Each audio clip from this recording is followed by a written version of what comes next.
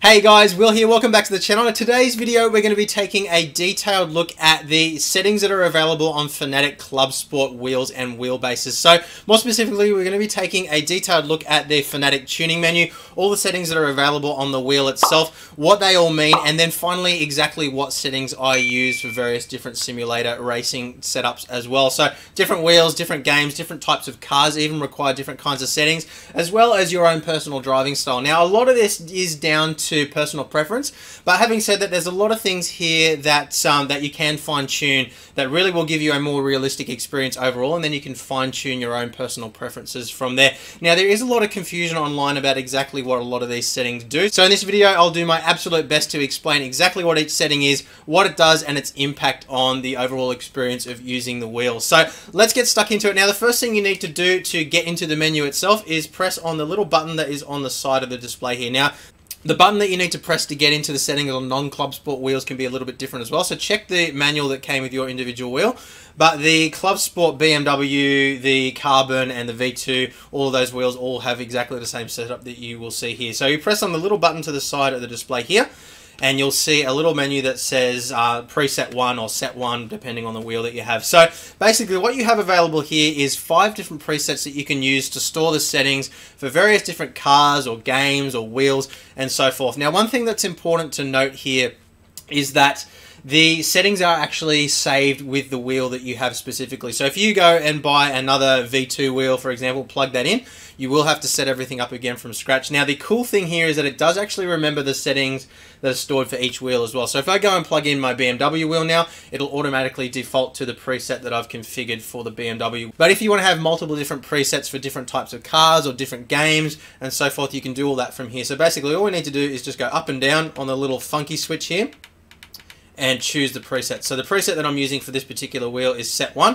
So then we just press enter, and that will be now selected, and we can close back out of the menu. So that is how you use the presets. So what we'll do now is we'll actually look at each of the individual settings that's available, exactly what it does and how it impacts on the overall experience of driving. So to get into the menu, we press the button again, and then we scroll across on the funky switch here. So we're not using the rotary encoder here, we're flicking to the right. And the first setting that we have available to us here is sensitivity. So sensitivity is the amount of steering input or amount of steering angle that is applied within the game. So you can see on the game here, as I turn with my setting as it is currently, which is at 310, the amount that I turn the wheel is a little bit out of proportion with how much it actually turns inside the game. There's a really good reason why I got it set up that way. Now the overall scale of adjustment that you have available on the wheel itself is between 900 degrees and 9 degrees. So if you crank it all the way down, you'll only be able to turn about 9 degrees. If you crank it all the way up, you're able to turn the wheel all the way around. So you can see here at a setting of 310, I can turn about 310 degrees before I hit the stops. So those stops aren't a hard stop. It's not an actual physical barrier. I can actually turn past that, but it requires a little bit of force on the motor, as you can see. So normally, under normal driving conditions, you would hit the 310 degree mark and you would stop. Now, depending on the track that I'm doing in F1 2018, I actually vary this a little bit. So if I'm doing really tight street circuits like Monaco or Baku or Singapore, for example, I actually crank this down to about 290. And what that does is it gives me a little bit more precision on my turn-in at the cost of understeer. So obviously the more aggressively you turn in, the more likely you are to experience oversteer or even understeer as well if you've got an understeer inclined car. So I usually like to keep this at a fine balance point between precision of turn in and the overall scale of steering that I actually need. So obviously on a tight track with really tight hairpins, you don't want to have to be cranking the wheel around and around and around to get around the corner. You want to be able to just turn in and have it turn the corner straight away. And it's important to note that in real life, in real Formula 1 cars, they do actually make adjustments to the steering sensitivity depending on the track that they're at as well. So don't feel like you're cheating by doing this. It's a perfectly legitimate way to adjust your steering, as long as you're not making it so that tiny little adjustments mean massive amounts of steering input. So that is sensitivity. Normally for a track like Australia that we're sitting on now, I'd have it around about the 310, 320 mark. I go all the way up to 360 degrees for tracks like, say, Brazil, for example, where it's really sweeping, and then crank it down to about 290 for really tight street circuits like Monaco. So the next setting now, if we flick to the right on our funky switch, is our force feedback setting. Now I normally leave this set to 100, which means that the wheel itself is set to output 100% of the input that it's receiving from the game. Then I can adjust it in fine-tuning from inside the game itself. And the reason I do that is because different games, you're going to want to have different amounts of force feedback depending on the force feedback model, and I don't want to have to be going into the wheel to adjust it every single time. So there's no reason you can't adjust this in the game. If you're finding that your overall input is too much, even if you crank it down inside the game, then you can of course turn it down here as well. Now this adjusts in single digit increments all the way from off or 0 up to 100. So you can adjust this to your preference, but for me, I always leave this set to 100. Don't see any reason to adjust it on the wheel when you can adjust it in the game just fine. So scroll across now to shock vibration. So this is the shock motors or the vibration motors that are actually in the hand grips of the wheel itself. And this again just allows you to adjust in increments of 10 from 0 or off all the way up to 100. So I like to leave this set to 100 because I like to have a lot of haptic feedback through the wheel itself. If you're finding that the amount of vibration is distracting or unrealistic or something like that, you can crank this down in increments of 10 all the way down to off. So I'll leave that set to 100. Pretty self-explanatory, and again, it's pretty much just personal preference here how you like to have that set. So we'll move across again now to BR ABS. So this is the ABS setting for the pedals and the vibration motors that are on the pedals. So it's important to understand here that this isn't some sort of an automated system that gives you ABS braking and prevents the car from locking up. All it's doing is giving you haptic feedback at the point where you would normally be locking up on your brakes. So obviously the point in which you lock up will depend very, very greatly on the type of car that you're driving, the software that you're using, or the sim that you're playing, as well as how you've actually got your pedal calibrated as well. So it's really important that you don't confuse this setting with the brake force setting, which is the actual amount of force that you need to apply to the pedal for 100% full scale deflection in terms of how it translates that information to your simulator software. So ABS is just when the vibration motor kicks in, and then brake force is how much force you actually need to apply to the pedal. So again, this is very much down to personal preference. I usually have this set somewhere between about 85 and 95 depending on the car that I'm driving or the sim that I'm using. So usually inside F1 2018, for example, I'll have my brake force set somewhere around sort of 85 to 95 depending on the track and the car that I'm driving. And then I usually set my ABS up to match the amount of brake force that's configured inside the game itself. I generally find that's a pretty good starting point, and then you can fine tune from here. But the aim is basically to have the vibration motor kick in right at the point where your wheels start to lock up. Now, obviously, depending on the speed of the vehicle will also stipulate exactly when the wheels do start to lock up. It's not always the same exact amount of brake force that's required to make the wheels lock up. If you're traveling quickly down a straight at full speed and you're braking 100% into the turn, your wheels will tend to not lock up as quickly as they do if you're going slowly and you just stamp on the brake. And that's just, you know, the physics engine and the vehicle dynamics inside the game. That's how it works in real life in a real race car as well. So you're going to need to do a little bit of fine-tuning around this to find the point that really sort of matches with your muscle memory as well. So the aim is to have the vibration motor kick in at as close to the point of locking up under normal driving conditions as you would normally have, and also help you to set that muscle memory so that you can adjust your pedal so the correct amount of brake force is applied where you feel comfortable pressing the pedal to 100% without locking up. So we'll cover that a little bit more when we talk about brake force later on, but as I said, normally I keep this somewhere around sort of 85 to 95 depending on the car that I'm driving. So we'll move across now to drift mode. So this is a really interesting one. Normally I leave this set to off for Formula 1 games. So effectively what drift mode is, it's an additional setting for damper. So if you crank this down to -5, for example, you'll feel that the wheel is actually quite mechanically heavy to turn. And what happens is that can give you a little bit more of a realistic feel in terms of the weight of a steering wheel in a real car, but you actually find that you're trading a little bit of fidelity in terms of how the wheel feels when you're turning into corners, how you feel the bumps and things like that. So for that reason, normally what I do is leave it set to off for GT or Formula style cars, and then use the damper setting inside the game itself to actually fine-tune exactly how I want the wheel to feel on turning and stuff like that. Now, in real life, the faster that you're traveling, generally the more heavy the steering will feel, and that is very, very accurately represented by most good simulator software. Even F1 2018, which is arguably not the most accurate simulator software out there, they do a pretty good job of adjusting the weight of the wheel depending on how fast you're going. So I generally leave this set to off to allow the simulator to actually control this for me. You find if you crank it down to say -5, for example, the wheel does start to become pretty heavy, and then when you're turning in at high speed, it's really, really heavy, and you lose a lot of the nuances and details of little bumps in the track and curbs and things like that. Now, obviously, if you're driving a drift car or something like that, you're going to crank this to a positive number. And what that does is it actually uses the motor inside the wheelbase to accelerate the rotation of the wheel to, I guess, simulates the wheel kicking on you in real life. So if you've ever drifted a car in real life, you would know that as you counter steer into a slide, you feel some resistance on the wheel, and you can kind of hold it in position pretty cleanly and make fine adjustments to the drift based on the amount of steering input that's there. Now what happens is as you transition from a slide to the left-hand side to a slide to the right-hand slide, obviously the forces that are being exerted on the wheels that are providing the steering to the vehicle also transmits through the steering wheel. And what happens is as the car rotates around, the steering wheel will suddenly rotate the opposite direction as well. And what you'll feel is the steering wheel will almost rotate the opposite way by itself. So all you really need to do is just kind of flick the steering wheel. It'll continue to spin until it reaches full lock, and then you kind of just grab it and then do your fine steering inputs from there to catch the drift and control it. So what the wheelbase does to emulate this is it actually accelerates the steering wheel in the opposite direction when you flick it, to actually compensate and emulate that scenario in real life. And it does a really good job of it, I must say. So in games like, you know, Dirt Rally and, you know, Dirt 4, things like that, it's a really, really powerful thing to be able to do that. It really helps you to fine control your drift and counter steer very, very quickly in drifting scenarios. So normally for Dirt Rally 2, for example, I actually have this cranked all the way up to 5. But for GT cars around a normal racetrack, you want to have this set to either 0, or depending on your preference, you can crank it to a negative number to give the wheel a little bit more damper weight.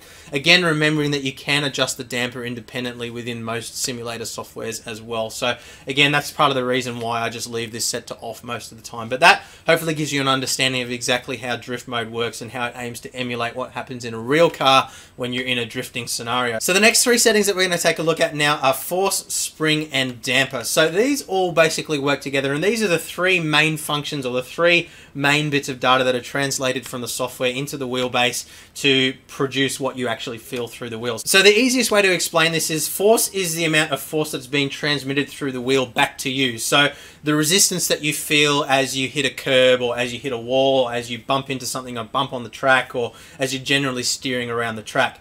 Now, spring is the amount of return force. So spring is the amount of force that's actually fighting against you to return the wheel back to its center position. And again, this is often controlled by the speed of the vehicle and by the simulator software itself. So generally, we don't want to override this too much.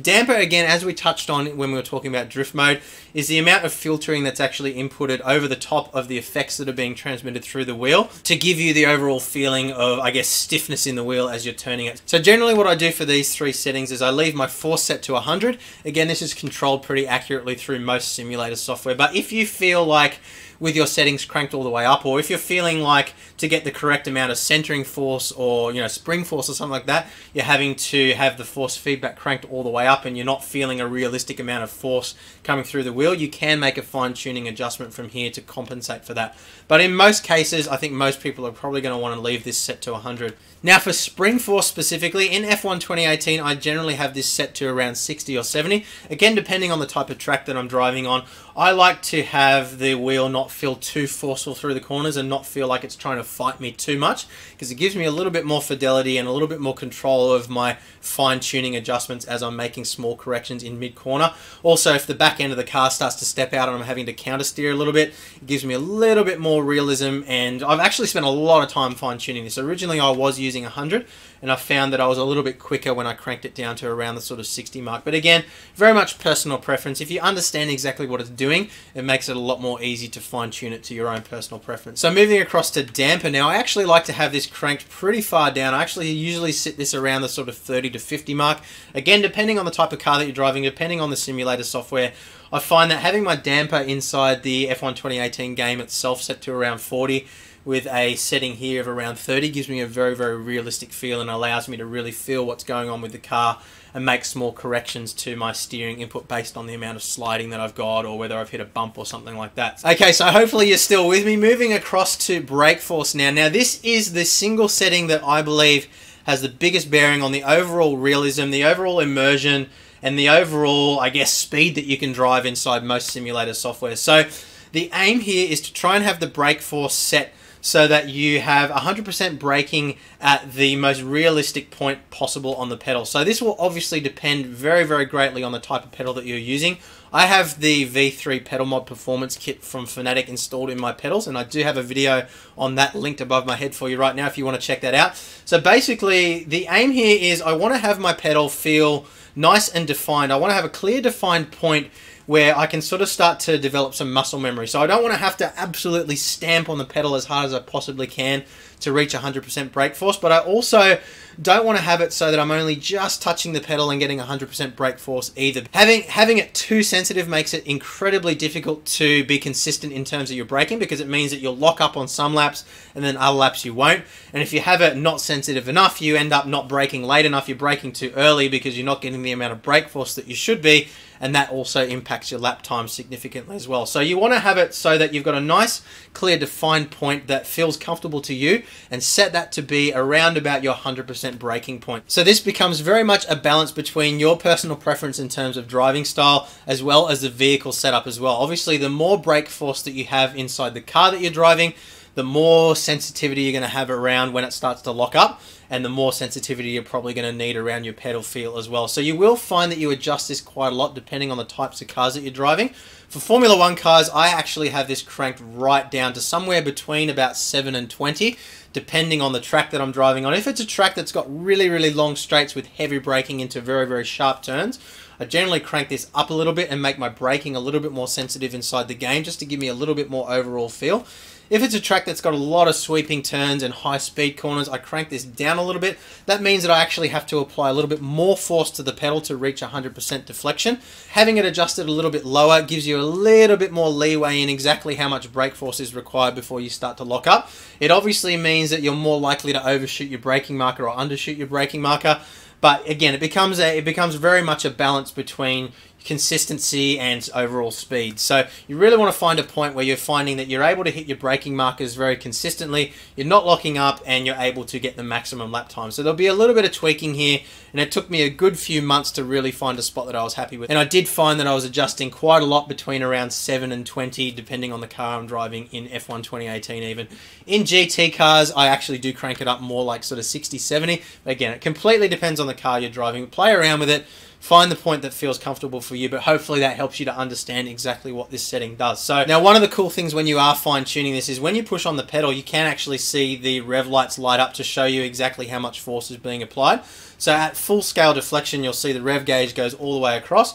So if I crank this down, you'll see if I crank it down to say 1, for example, I'm having to put a lot more force on the pedal in order to reach that 100% deflection. Whereas if I crank it up to closer to 100, say, if I crank it up to say 50 for the sake of this video, or 60 or 70, I'm hardly having to press the pedal at all to reach that 100% full scale deflection. So you can see there the impact that this setting has on the overall pedal feel and how it translates to braking inside the game. So we'll crank that back down to my setting of 12.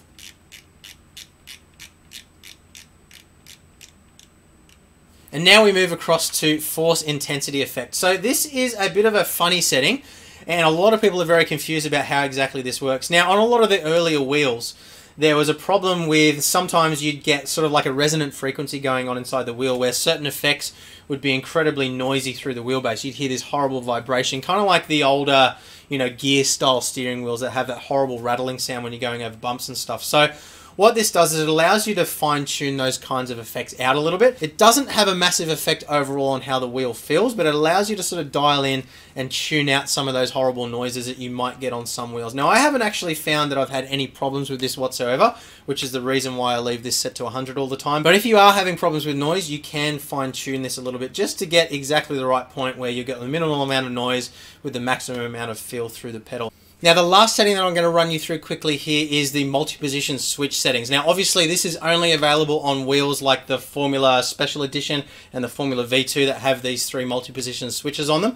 So we scroll across once more and we see MPS, or multi-position switch FNC function. So there's 4 different settings available here: automatic, encoder, constant, and pulse. So it's important to understand exactly how these switches work and how they relate back to their inputs inside the game. So a multi-position switch normally has a stop point and a start point. So you can only rotate it so far in one direction before you hit a hard stop, and so far in the other direction before you hit a hard stop in the opposite direction as well. Now, obviously, a rotary encoder turns indefinitely, so it can turn for forever in one direction and forever in the opposite direction as well. So normally with a rotary encoder, we're sending out a pulse every single time that knob is turned in either direction. So you turn it up and it tells the simulator software, okay, go up by 1. Turn it down and it says go down by 1. So in a game like Formula 1 2018, for example, you might use this for your fuel trim or your ERS mode. So every time you turn the dial 1 click up, it turns the fuel up 1 notch and so forth until you reach the maximum.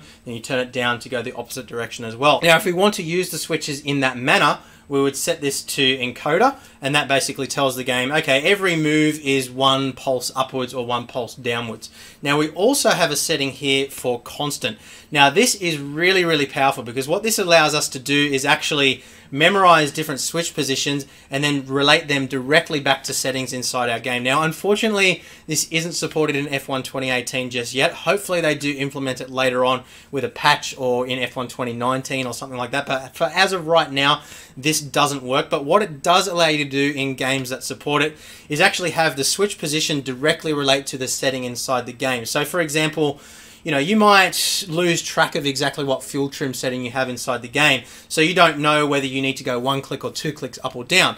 So what this would mean is that, say, for example, your lean fuel mix might be position 4. So all you need to do is go bang, bang, bang to position 4, and automatically you know that you're going to be in your lean fuel mix. It doesn't matter what the switch's position is relative to its previous setting or anything like that. So the important distinction here is that in encoder mode, every single movement is 1 pulse either up or down, but it doesn't know anything about the position that it's in. So basically, if you were to start a race in standard trim mode and then click up by 1 and then go up to rich and then click up by 1 again by accident and then try to go back down to standard, you'd only actually need to go down 1 click back to standard. Whereas, say, in your constant mode, for example, position 6 is always going to be standard, position 7 is always going to be lean, and position 8 is always going to be rich, and so forth, depending on exactly how you assign your buttons. Now, there is one more configuration for this setting as well, which is called pulse, and I'm not exactly 100% clear on what the difference is between pulse and encoder. I don't know whether it means that 1 move equals 1 pulse regardless of the direction or something like that. I'm currently seeking clarification on that from Fanatec. There's nothing real clear that explains it inside any of the manuals that I've been able to get my hands on or anything like that. So I'm not going to comment too much on that until I have a clear understanding, because I don't want to give you guys the wrong information. But for now, basically all you need to know is that encoder is 1 click equals 1 move, whereas constant means that it's constantly telling the game its position. So 1 position equals 1 setting, for example. So that is all the settings that are available on the wheel itself. Obviously, as I mentioned before, you can scroll through various different presets and you can set all these settings up for each individual preset. So say I've got a different car that I want to drive differently with the same wheel, I'd simply go to preset 2 by turning the funky switch or using the rotary encoder on the funky switch. So as soon as you exit back out of each setting, it automatically saves those settings. It keeps all the settings if you switch off the wheel as well. They're all saved in the firmware of the wheel itself. So all you need to do to exit back out is just press the little menu button there again. The settings are saved and you can go back to your driving. Now, as we mentioned at the start of the video, if you have the older style wheels that have the 7-segment display, you simply press the menu button. And again, the navigation is exactly the same as it was on the V2. The only difference being the way the interface works on the screen itself. So you can see S1 is preset 1 through to 5, exactly the same as it was on the other wheel. And then we go through, we've got sensitivity, exactly the same, goes from 900 all the way down to 9. Then we've got force feedback, our shock, ABS setting, our drift mode, our force, our spring, our damper, our brake force, and our force effect. So exactly the same as it was before. You simply turn the dial to control each setting. So it's pretty self-explanatory. Everything is pretty clear from the display itself. The only thing that's missing here is obviously we don't have the multi-position switch setting because we don't have multi-position switches on this wheel, but that is it for the 7-segment displays. Now, one other thing that I did promise you guys is that I would run you through the force feedback configuration settings that I actually have inside F1 2018 specifically as well. So I'll quickly show you that now. So vibration force feedback obviously is switched on. Vibration, force, and feedback strength I have set to about 40. I find that that gives me a really good amount of feel without being too over the top. Now, obviously, on the wheel itself, I have it set to 100, so around about the 40 mark feels pretty good to me. Anything beyond that, it starts to get really unnecessarily stiff, and it actually starts to feel quite unrealistically stiff, at least for my personal preference, based on my experience driving various different cars around real racetracks. So on-track effects, I keep this usually around sort of 25 to 40, something like that, depending on whether it's a really bumpy track and whether people in the house are asleep and I don't want to wake them up every time I go over a bump, stuff like that. But generally I find, again, kind of like with the vibration and force feedback strength, anything over sort of 40 or so, you really don't add any more realism. All you do is take fidelity away from the steering, and it makes it more difficult to drive and makes your lap times a little bit slower without necessarily adding any realism. So generally keep it around sort of 25 to 40, something like that. Rumble strip effects, again, pretty much the same principle here. I don't find that adding anything over about 20 makes it any more realistic. Obviously, different types of cars vary massively in the amount that they transmit vibration and stuff like that through the steering wheel. I've never driven a Formula 1 car around the track, obviously, but I have driven plenty of other cars around the track as well, and I find that around the sort of 20 mark is the most realistic feeling for me. So again, personal preference there. Off-track effects, I have this cranked all the way down simply because I don't intend to spend a whole lot of time off the track anyway, and I don't want to wake up the whole house or interrupt people when I do ditch it into a gravel trap or run over the grass or something like that. Obviously, it's not going to make any difference to how realistic things feel when you're driving on the track because it's only off-track effects. Wheel damper, I usually keep this set somewhere around sort of 20 or 30 up to 40 depending on the track that I'm driving on. Again, this relates to how stiff the steering wheel feels in general. The higher you crank this up, the less fidelity you have in terms of overall feeling when you're making small corrections and counter steering, stuff like that, bumps and things like that as well. So I have this cranked down to 20 inside the game and down to 30, I think it was, on the wheel itself. I showed you that earlier in the video. And I find this is a pretty good balance between additional weight when you're traveling quickly. Obviously, you want the wheel to feel heavier the faster that you're going because that's how it feels in real life. But obviously, you don't want to be absolutely fighting against it to turn it every single time. So I find that gives me a pretty good realistic feel. And lastly, Understeer Enhance, pretty much a no-brainer here. Obviously, you want to be able to feel when you start to understeer into a corner, under braking, things like that. So I have that set to enabled. I find with it off, it just makes my lap times a little bit slower because I can't quite feel quite so much what's going on with the car. Now, some might argue that enhancing the effect of understeer is unrealistic, but remember, in the context of driving a simulator, you're not getting the seat of your pants feeling that you get in a real car. So it's really important to feel it as much through the steering wheel as you possibly can because you're not feeling it through G-forces and through your butt and stuff like that. So I leave that set to enhancement on. Again, obviously, personal preference, switch it off, switch it on, see what feels best for you. So hopefully this gives you a good starting point based off somebody who's been playing this game for probably a lot more than I should have. I've got about 400 hours on this game now, I think, and these settings are very drastically different from what they were when I first started playing as well. So it should give you a pretty good example from somebody who's relatively experienced with the game. Okay guys, so that is the settings that you will find on a Fanatec ClubSport wheel. Obviously it varies a little bit depending on the type of wheel that you have, but we've covered pretty much everything in this video, so I think it should be pretty relevant to most people that have a Fanatec ClubSport wheel. So hopefully you guys have found the video interesting and useful. If you're interested in purchasing any of the equipment that you've seen in this video, you can do so using the affiliate links in the description below. It's not a discount or anything like that, but a small percentage does come back to me to help out with the costs of running the channel, camera equipment, additional equipment for reviews and stuff like that. So I do really appreciate if you guys do want to buy any of the gear that you do so using those affiliate links in the description below. So thank you very much to the guys and girls that have been using those affiliate links. It really does help out the channel an awful lot. So guys, that's it for this video. I hope you found it interesting and useful. As always, if you have, please do hit the like button, hit the subscribe button and the notification bell as well so you don't miss the next video. Thank you very much for watching and I will see you soon. Bye.